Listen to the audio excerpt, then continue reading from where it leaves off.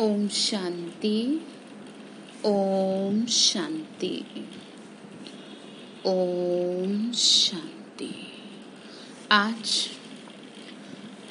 7 तारीख के शिव बाबा के महावाक्य हैं। आज की मुरली में शिव बाबा ने हम बच्चों को समझाया। कहा बाबा ने, बच्चे देखो तुम क्या करो ना, बहुत पिछले 3-4 दिन से कहें या लास्ट 1 वीक से बाबा बहुत फोर्सफुली कह रहे हैं कि अपनी जांच करने के लिए अपना चार्ट रखो। बाबा ने कहा अंदर ना घोट लो, जैसे कहते हैं ना घोट के पी लो, अंदर घोट लो कि आप शरीर नहीं, शरीर को चलाने वाले हो। बाबा ने बहुत फोर्सफुली कहा कि बच्चे इसको ना बात को अच्छी तरह घोट के पी लो। फिर बाबा ने कहा कि देखो एक जो लॉ है ना, जैसे कि कल भी बात करी थी लॉ की, तो बाबा ने कहा एक नियम है। क्या नियम? कि कई लोग कहते हैं कि जी हम हमेशा के लिए शांति धाम में बैठ जाएं, हमें वापस आना ही ना पड़े। जैसे कई लोग कहते हैं ना मुक्ति में चले जाएं, मुक्ति तो ऐसे किसी को मिलती नहीं। बाबा ने कहा ये पॉसिबल नहीं, ये लॉ नहीं है कि आप हमेशा ऊपर बैठे रहें। आपको सृष्टि पे पार्ट प्ले करने के लिए तो आना ही पड़ेगा, ठीक है। फिर अजप्पा जाप के बारे में बाबा ने बताया, सुनेंगे लास्ट में।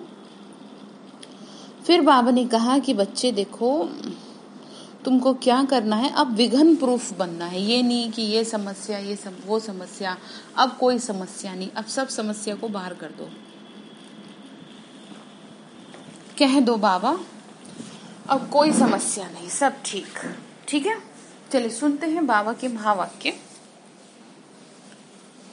प्रातः मुरली ओम शांति। बाप दादा मधुबन। मीठे बच्चे आत्माभिमानी होकर बैठो। आत्माभिमानी हो कि मैं कौन हूँ? शरीर को चलाने वाली आत्मा हूँ। अंदर घोटते रहो मैं आत्मा हूँ। देह अभिमानी बनो, यानी आत्माभिमानी बनो। सच्चा चार्ट रखो तो समझदार बनते जाएंगे। सच्चा चार्ट, झूठ नहीं। जरा भी गलती हुई तुरंत बाबा मेरे से पाप हो गया, बाबा मेरे से गलती हो गई, तुरंत बताओ ना, बहुत फायदा होगा। बाबा बोले एक तो बच जाओगे आगे पाप से, ठीक है। तो प्रश्न बाबा ने पूछा, बेहद के नाटक को समझने वाले बच्चे किस एक लॉ यानी नियम को अच्छी रीति समझते हैं? आंसर है बेहद समझते हैं ना। बेहद यानी कि ये जो सृष्टि का नाटक चल रहा है ये बेहद का है, इतना बड़ा ड्रामा चल रहा है। किस एक लॉ यानी नियम को अच्छी रीति समझते हैं? आंसर है ये अविनाशी नाटक है। इसमें हर एक पाठधारी को पाठ बजाने अपने समय पर आना ही है।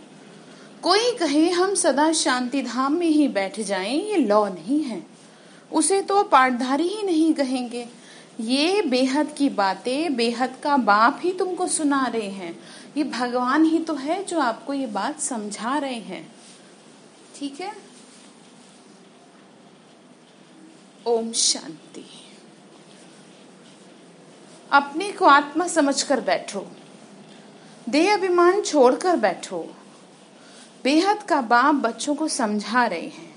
समझाया उनको जाता है जो बेसमझ होते हैं। आत्मा समझती है कि बाबा सच कहते हैं, हम आत्मा बेसमझ बन गई। मैं आत्मा अविनाशी हूँ, शरीर विनाशी है। मैं आत्मा अविनाशी हूँ, मेरा कभी नाश नहीं होता। बाबा ने कहा मैं आत्माभिमानी, यानी कि आत्मा का भान रहे, छोड़ देह अभिमान में फंस पड़ते हो तो बेसमझी तो हो गई। बाबा कहते तुम सब बच्चे बेसमझ हो पड़े देह अभिमान में आके। फिर तुम बाप द्वारा देह अभिमानी बनते हो तो बिल्कुल समझदार बन जाते हो। कोई तो बन गए हैं, कोई मेहनत कर रहे हैं। आधा कल्प लगा है बेसमझ बनने में, द्वापर कलयुग, ठीक है ना। द्वापर कलयुग में क्या बनते गए? बिल्कुल बेसमझ बन गए। इस अंतिम जन्म में फिर समझदार बनना है। आधा कल्प से बेसमझ होते होते 100% बेसमझ बन जाते हैं। देह अभिमान में आके ड्रामा प्लान अनुसार तुम गिरते आए हो। अभी तुमको समझ मिली है, फिर भी बहुत पुरुषार्थ करना। बाबा ने कहा तुमको भले ही समझ मिली है लेकिन तुमको मेहनत फिर भी पूरी करनी है, ठीक है ना। कि कोई गलती ना हो जाए, मतलब तुमसे कोई पाप ना हो जाए, क्योंकि बाबा ने कहा मैंने तुमको समझ दी है ना सारी कि भाई अब तो मत करो, अभी तक तो चलो ठीक है, जो भी हुआ सो हुआ। बाबा ने कहा क्योंकि बच्चों में दैवी गुण भी चाहिए। बच्चे जानते हैं हम सर्वगुण संपन्न 16 कला संपूर्ण थे। ये जो बात कही जा रही है देवताओं की महिमा में कही जाती है। बाबा ने कहा तुम ही तो थे। फिर इस समय निर्गुण बन पड़े, यानी कोई गुण नहीं रहा। तुम बच्चों में भी नंबरवार पुरुषार्थ अनुसार इस खेल को समझते हैं। समझते समझते भी कितने वर्ष हो गए, फिर भी जो नए हैं वो अच्छे समझदार बनते जाते हैं, औरों को भी बनाने का पुरुषार्थ करते हैं। कोई ने तो बिल्कुल नहीं समझा, बेसमझ के बेसमझ है, बाप आए हैं समझदार बनाने। बच्चे समझते हैं माया के कारण हम कैसे बन गए, बेसमझ बन गए।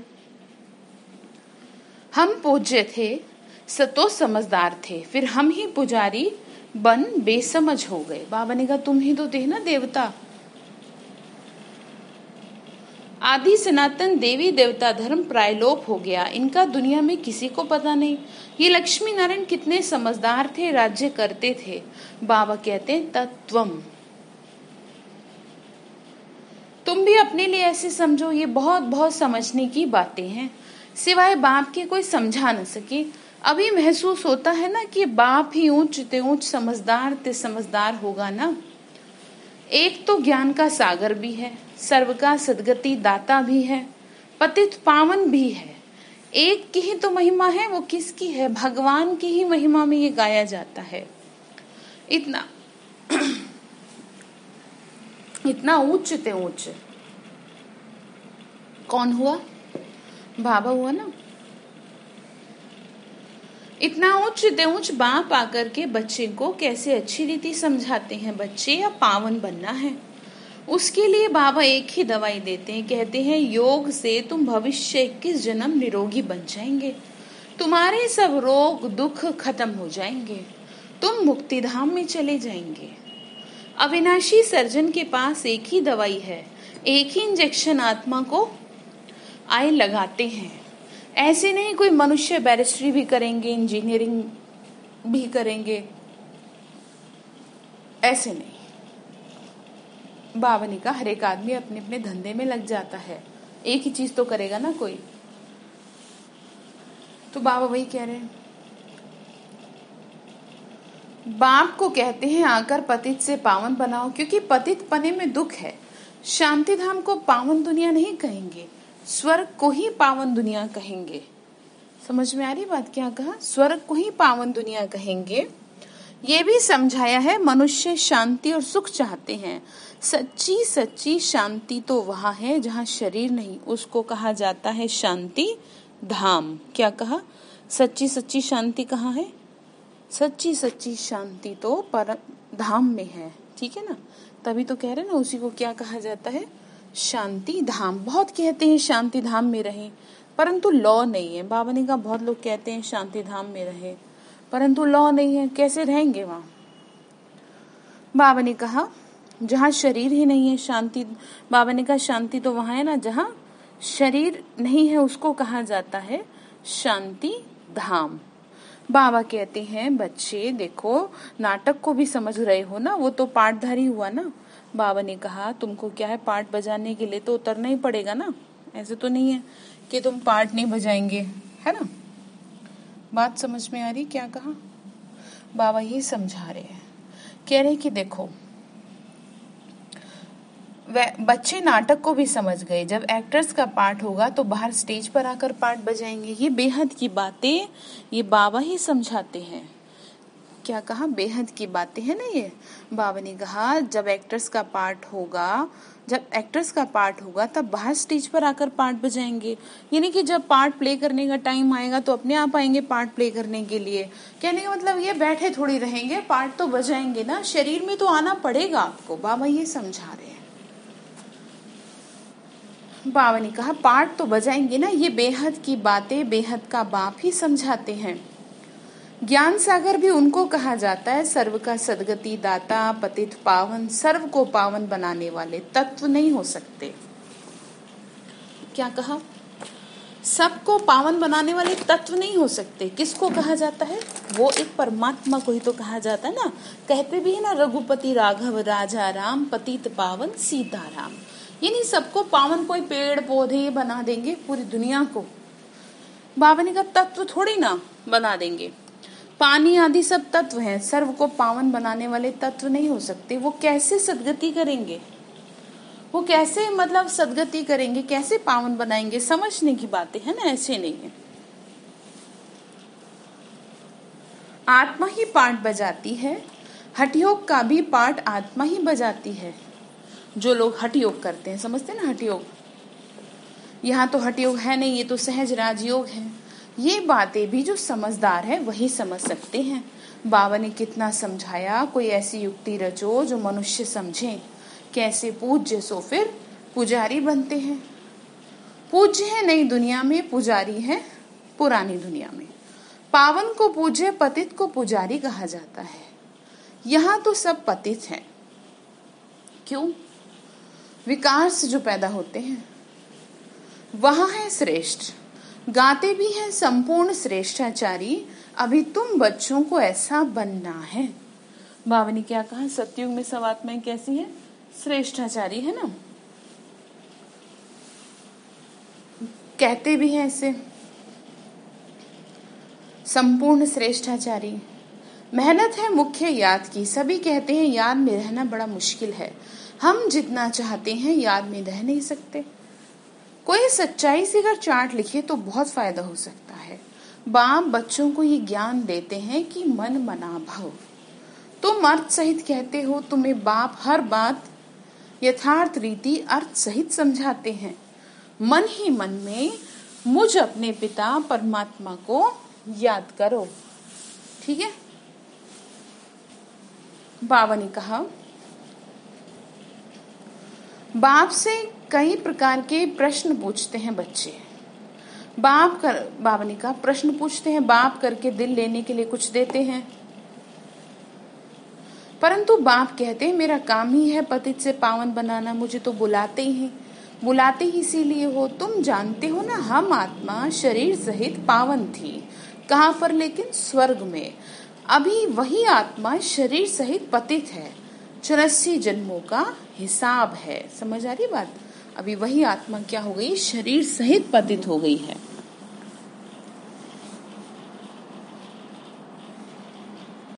तुम जानते हो अभी ये दुनिया कांटों का जंगल बन गई है। ये लक्ष्मी नारायण तो फूल हैं, उन्हों के आगे कांटे जाकर कहते हैं आप सर्वगुण संपन्न हो, यानी विकारी बन गए, उसको कांटा कहा है।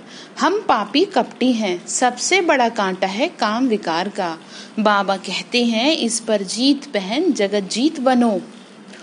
मनुष्य कहते हैं भगवान को कोई न कोई रूप में आना है, भागीरथ पर विराजमान हो आना है।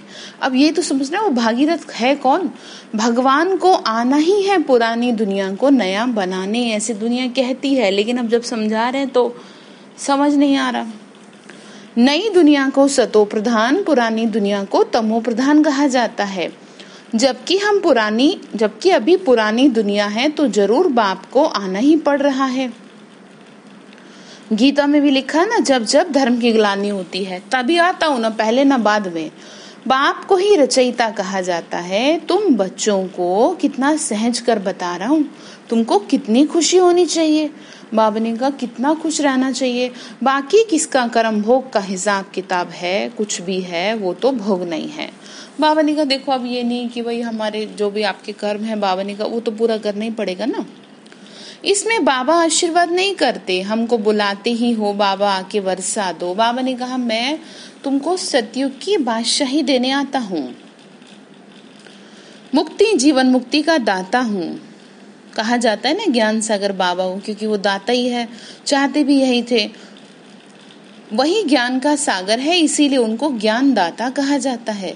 भगवान ने ज्ञान दिया था, परंतु कब दिया, किसने दिया, किसको दिया, कुछ नहीं पता। अब समझा रहे हैं। सारा जो मुंझारा है ना वो इसी में है, सारी कंफ्यूजन इसी बात में है। अब समझाया है क्लियर कट। भगवान शिव ने प्रजापिता ब्रह्मा के थ्रू ज्ञान दिया हम बच्चों को, और वो कौन सा ज्ञान दिया? नर से नारायण, नारी से लक्ष्मी बनने का ज्ञान दिया। याद दिलाया कि बच्चे तुम औरों जैसे नहीं हो, तुम तो देवी देवता थे, वही समझा रहे। अभी ये ब्रह्मा बैठे हैं, इनको मालूम पड़ा है कि हम सो नारायण था, फिर 84 जन्म भोगे। ये है नंबर 1 में। बाबा बताते हैं मेरी तो आंखें ही खुल गईं। किसकी? ब्रह्मा की। तुम भी कहेंगे हमारी तो आंखें ही खुल गईं। तीसरा नेत्र तो खुलता है ना। तुम कहेंगे हमको बाबा सृष्टि चक्र का पूरा ज्ञान दिए हैं। बाबा ने कहा तुमने कहा है ना, तुमको समझ में आ रहा है ना कि सारी सृष्टि का मैंने तुमको ज्ञान दिया।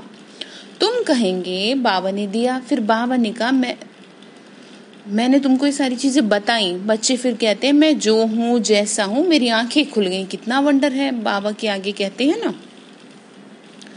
हम आत्मा फर्स्ट है, फिर हम अपने शरीर को, हम आत्मा फर्स्ट है, फिर हम अपने को देह समझ बैठे। आत्मा कहती है एक शरीर छोड़ दूसरा लेता हूँ, फिर भी हम अपने को आत्मा भूल देह अभिमानी बन जाते हैं। इसीलिए अब तुमको पहले पहले ये समझ देता हूँ कि अपने को क्या समझो मेरे लाडले बच्चों, अपने को आत्मा समझो। तुम मेरे बच्चे हो, आत्मा हो तुम, शरीर नहीं हो। ठीक है। अंदर में ये घोटते रहो कि मैं आत्मा हूँ। आत्मा ना समझने से बाबा को भूल जाते हो। फील करते हो ना, बरोबर हम घड़ी घड़ी देह अभिमान में आ जाते हैं। मेहनत करनी है ना, यहाँ बैठे हो तो आत्माभिमानी हो के बैठो। सेंटर भी आते हैं तो वहां भी बैठ के कईयों का योग नहीं लगता, तो कितना मेहनत करनी चाहिए ना। बाबा ने कहा आत्मा समझ बैठो, मेहनत करनी है। बाबा कहते हैं हम तुम बच्चों को राजाई देने आए हैं। आधा कल्प तुमने हमको याद किया। कोई भी बात सामने आती है तो कहते हैं हाय राम। तो बाबा ने कहा याद किया ना तुमने, हाय राम कहा, परंतु ईश्वर और राम कौन है कुछ तो पता नहीं। तुमको सिद्ध करना है। बाबा ने कहा तुम समझाओ औरों को कि ज्ञान का सागर, पतित पावन, सर्व का सदगति दाता, त्रिमूर्ति परमपिता परमात्मा शिव है। ठीक है। ब्रह्मा विष्णु शंकर तीनों का जन्म इकट्ठा है। शिव जयंती नहीं परंतु त्रिमूर्ति शिव जयंती। शिवलिंग पे 3 लकीरें ब्रह्मा विष्णु शंकर का ही प्रतीक है। परंतु जब शिव की जयंती होगी तो ब्रह्मा की भी होगी। शिव की जयंती मनाते हैं परंतु ब्रह्मा ने क्या किया? लौकिक, पारलौकिक और ये है अलौकिक। ब्रह्मा बाप, ये है प्रजापिता ब्रह्मा। प्रजापिता, प्रजा का पिता। ठीक है। कईयों को कंफ्यूजन बहुत रहती है, समझ नहीं पाते, इसीलिए क्लियर वर्ड टू वर्ड समझाया जा रहा है। बाबा कहते हैं नई दुनिया के लिए नया ज्ञान अभी तुमको मिलता है, फिर प्रायलोप हो जाता है। जिसको बाप रचता और रचना का ज्ञान, बाबा ने कहा जिसको बाप रचता और रचना का ज्ञान नहीं तो अज्ञानी ठहरे। बाबा ने क्या कहा कि तुम ज्ञान जो है प्रायलोप हो जाता है। जिसको भगवान का और रचना का ज्ञान नहीं तो वो तो अज्ञानी ठहरे ना। बाबा ने कहा बेसमझ ठहरे। ठीक है। बाबा ने कहा ज्ञान की नींद में सोए पड़े, ज्ञान से है दिन भक्ति से है रात। शिवरात्रि का अर्थ भी नहीं जानते, इसीलिए उनका हॉलीडे भी उड़ा दिया। क्या कहा? शिवरात्रि का अर्थ भी नहीं जानते इसीलिए हॉलीडे उड़ा दिया। अभी तुम जानते हो बाप आए हैं सबकी ज्योत जगाने। तुम यह बत्ती आदि जगाएंगे तो समझेंगे इनका कोई बड़ा दिन है। अभी तुम जगाते हो अर्थ सहित, यानी आत्मा की ज्योत जगती है ना, वो लोग थोड़े ही समझेंगे, तुम्हारे भाषण से पूरा समझ नहीं सकेंगे। अभी सारे विश्व पर रावण का राज्य है। यहाँ तो मनुष्य कितने दुखी हैं। रिद्धि सिद्धि वाले भी बहुत तंग करते हैं। अखबारों में भी पढ़ता है इनमें इविल सोल है। बाबा ने कहा सब तरह की आत्माएं हैं, बहुत दुख देते हैं। बाबा कहते हैं इन बातों से तुम्हारा कोई कनेक्शन नहीं। बाप तो सीधी सादी बात बताते हैं। बच्चे तुम मुझे याद करो तो तुम पावन बन जाएंगे। बाबा ने कहा तुम्हारा को फालतू बातों में दिमाग लगाने से कोई फायदा नहीं, बस तुम सीधा सीधा मुझे याद करो तो तुम पावन बन जाओगे, तुम्हारे सब दुख दूर हो जाएंगे। ठीक है। अच्छा, मीठे मीठे सिक्के लते बच्चों प्रति माता पिता बाप दादा का याद प्यार और गुड मॉर्निंग। रूहानी बाप की रूहानी बच्चों को नमस्ते। हम रूहानी बच्चों की रूहानी माता पिता बाप दादा को नमस्ते नमस्ते। शिव बाबा नमस्ते। शुक्रिया बाबा, शुक्रिया बाबा, शुक्रिया। धारणा के लिए मुख्य सार है, यथार्थ रीति बाप को याद करने व आत्माभिमानी बनने की मेहनत करनी है। यथार्थ मतलब होता है एक्चुअली सही तरीके से, सच्चाई से अपना चार्ट रखना है। इसमें ही बहुत बहुत फायदा है। ईमानदारी से बताना है किया क्या आपने। दूसरा पॉइंट है, सबसे बड़ा दुख देने वाला काम विकार का कांटा है। इस पर योग बल से विजय प्राप्त कर पतित से पावन बनना है। बाकी किन्हीं भी बातों से तुम्हारा कोई कनेक्शन नहीं है। ठीक है। महाबली का किसमें कौन क्या कर रहा है, रिद्धि सिद्धि एंड ऑल, आपको कुछ नहीं दिमाग लगाना। आपको सिर्फ अपने को आत्मा समझ के मुझे याद करना है। ठीक है। वरदान दिया बाबा ने, विघन रूप चमकीली फरिश्ता ड्रेस धारण करने वाले सदा विघन विनाशक भव।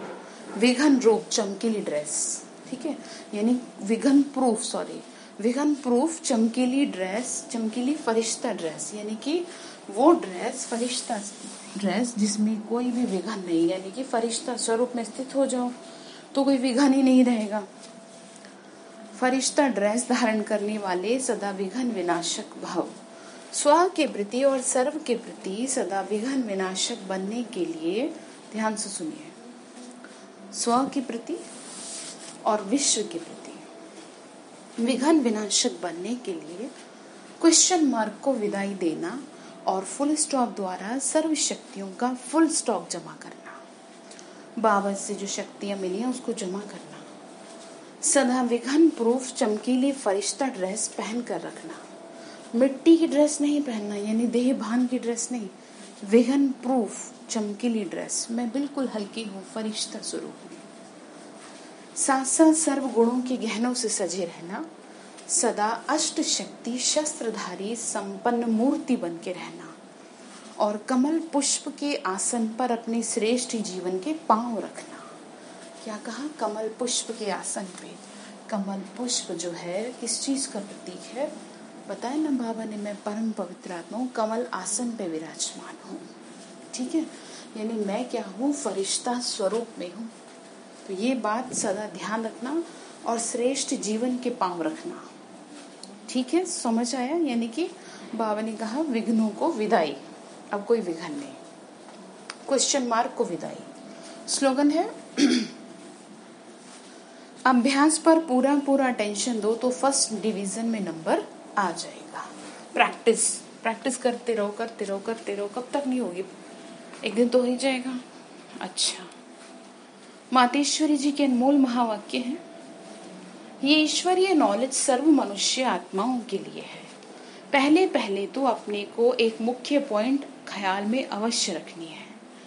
जब इस मनुष्य सृष्टि झाड़ का बीज रूप परमात्मा है तो उस परमात्मा द्वारा जो नॉलेज प्राप्त हो रही है वो सब मनुष्यों के लिए जरूरी है। सभी धर्म वालों को ये नॉलेज लेनी है, लेने का अधिकार है। भल हर एक धर्म की नॉलेज अपनी अपनी है, हर एक का शास्त्र अपना अपना है, हर एक की मत अपनी अपनी है, हर एक का संस्कार अपना अपना है, लेकिन ये नॉलेज सबके लिए है। भल वो इस ज्ञान को भी ना उठा सके, हमारे घराने के भी ना आवे, परंतु सबका पिता होने के कारण उनसे योग लगाने से फिर भी पवित्र अवश्य बनेंगे। इस पवित्रता के कारण अपने ही सेक्शन में पद अवश्य पाएंगे। बाबा ने कहा चाहे कुछ भी हो, ठीक है ना, मम्मा जो भी कहती है वो बाबा के महावाक्यों को ही तो सुनाती है ना, तो उसी को एनालिसिस करके बताती है। तो कहा कि चाहे कुछ भी हो लेकिन बाबा से योग लगाने के कारण वो क्या हो जाते हैं? पवित्र बन जाते हैं और उसी हिसाब से फिर उसी सेक्शन के अकॉर्डिंग पद पाते हैं। क्योंकि योग तो सभी मनुष्य करते हैं, बहुत मनुष्य ऐसे हैं, ऐसे कहते हैं हमें मुक्ति भी चाहिए, मगर सजाओं से छूट मुक्त होने की शक्ति इस योग द्वारा मिल सकती है। क्या कहा? मुक्ति क्या? सजाओं से छूट करके मुक्त होना। ठीक है ना, कर्म भोग की भी तो है ना हिसाब किताब। तो समझ में आई बात? अच्छा, फिर फाइनल लास्ट में कहा बाबा के महावाक्यों के आगे इसमें अजप्पा अर्थात निरंतर ईश्वरीय याद। अजप्पा जाप कहते हैं, जैसे मैं आपको कहती हूँ सोमान का अभ्यास करो, तो उसको अजप्पा जाप कहते हैं कि करते रहो, अंदर करते रहो, पक्का हो जाएगा। ये जो कहावत है ना, श्वासों श्वास अजप्पा जाप जपते रहो, उसका यथार्थ अर्थ क्या है? जब हम कहते हैं अजप्पा, तो इसका यथार्थ अर्थ है जाप के बगैर श्वासों श्वास अपना बुद्धि योग अपने परमपिता परमात्मा के साथ निरंतर लगाना, और ये ईश्वरीय याद श्वासों श्वास कायम चलती आती है। देखो ये क्या कहा, ये जितने श्वास बाबा की याद में रहेंगे ना उतने बढ़ते जाएंगे, और ये कायम चलती आती है। उस निरंतर ईश्वरीय याद को अजप्पा कहते हैं। बाकी कोई मुख से जाप करना अर्थात राम राम कहना, अंदर में कोई मंत्र उच्चारण करना, ये तो निरंतर चल नहीं सकता, लेकिन उसकी याद तो चल सकती है ना। वो लोग समझते हैं हम मुख से मंत्र उच्चारण नहीं करते, लेकिन दिल में उच्चारण करते हैं। ये है अजप्पा, मन में करना, मुंह से नहीं बोलते रहना। परंतु यह तो सहज एक विचार की बात है, जहाँ अपना शब्द ही अजप्पा है, जिसको जपने की जरूरत ही नहीं है। यानी बाबा को जपने की क्या जरूरत है? सोमान को जपने की जरूरत इसलिए कही जाती है कि सबसे बड़ी बात मन एकाग्र हो जाएगा आपका, और फिर योग सबसे अच्छा तभी लग सकता है जब सोमान का अभ्यास अच्छा होगा। आंतरिक बैठ कोई मूर्ति का ध्यान भी नहीं करना, ना कुछ सिमरन करना, क्योंकि वो भी निरंतर खाते पीते रह नहीं सकेंगे। लेकिन हम जो ईश्वरीय याद में रहते हैं ना, वही निरंतर चल सकते हैं। ये बहुत सहज है। जैसे समझो बच्चा है, अपने बाप को याद करता है, तो उसी समय बाप का फोटो सामने नहीं लाना पड़ता, वो अपने आप आ जाता है। तो बाबा की याद करनी ना पड़े, अपने आप आ जाए, सामने ही रहे वो। लेकिन मनसा वाचा कर्मणा बाप के सारे ऑक्यूपेशन एक्टिविटी गुणों सहित याद आता है। बस वो याद आने से बच्चे की भी वो एक्ट चलती है, तभी संशोष फादर कहेंगे। जैसे याद आ गई तो अपने आप बच्चे की बुद्धि वहीं चलेगी। वैसे अपने को भी सबकी याद दिल, बाबा ने कहा, फिर वैसे अपने को भी और सबकी याद दिल भीतर से मिटाए उस एक पारलौकिक परमपिता परमात्मा की याद में रहना। इसमें उठते बैठते खाते पीते निरंतर याद में चल सकते हैं। उस याद से कर्मातीत बनते हैं, तो इस नेचुरल याद को अजप्पा जाप कहते हैं। समझ में आया? क्या कहते हैं? अजप्पा जाप। अच्छा, ओम शांति। तो क्या होमवर्क दिया बाबा ने? कैसे भी करके अभ्यास करो शरीर से बाहर निकलने का। ठीक है? ओम शांति।